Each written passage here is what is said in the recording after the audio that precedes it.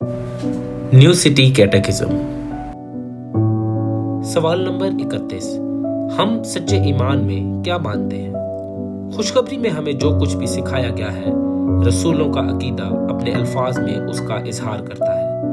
हम ईमान रखते हैं कादिर मुतलक खुदा बाप पर, जिसने ज़मीन व आसमान को बनाया, और यीशु मसीह पर, जो कि उसका इकलौता बेटा और हमारा खुदा है, जो कि रूहुल कुद्स की कुदरत से कुंवारी मरियम के पेट में पड़ा और पैदा हुआ, पैंतूस पिलातूस की हुकूमत में दुख उठाया, मसलूब हुआ, मर गया और दफन हुआ और जहन्नुम में उतर गया, और तीसरे दिन मुर्दों में से जी उठा, आसमान पर चढ़ गया और खुदाए कादिर मुतलक बाप की दाहिनी तरफ बैठा है, जहां से वो जिंदों और मुर्दों की अदालत करेगा। हम ईमान रखते हैं रूहुल कुद्स पर, पाक आलमगीर कलीसिया पर, मुकद्दसों की रफाकत, गुनाहों की मुआफ़ी, जिस्म के जी उठने और हमेशा की जिंदगी पर। आमीन। सवाल नंबर 32।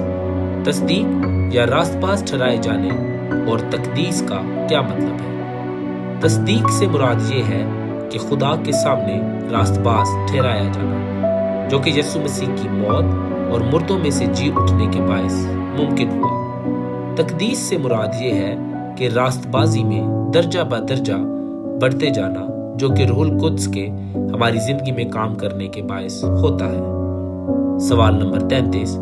क्या वो लोग जो यीशु मसीह पर ईमान रखते हैं, उनको मजीद अपनी निजात को पाने के लिए अपने अच्छे कामों पर या किसी और चीज पर भरोसा करना चाहिए या कहीं और तलाश करना चाहिए?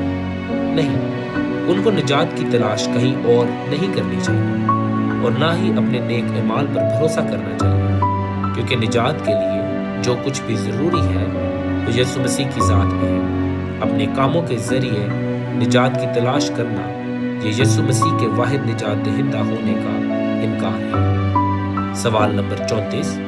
जैसा कि हम सिर्फ फजल ही के वसीला से, सिर्फ यीशु मसीह के वसीला से बचाए गए हैं, क्या हमें फिर भी नेक अमाल करने और खुदा के कलाम को मानने की जरूरत है? जी हाँ, क्योंकि यीशु मसीह ने अपने खून के बहाने के वसीला से हमें बचाया है और अपने रूह से हमें नया बनाया है, ताकि हम अपनी जिंदगियों से खुदा के लिए मोहब्बत और शुक्रगुजारी का इजहार कर सकें और हमारे फलों से हमारा ईमान जाहिर हो, ताकि हम दूसरों को खुदा परस्ती के रवैये से मसीह के लिए जीत सकें। सवाल नंबर 35।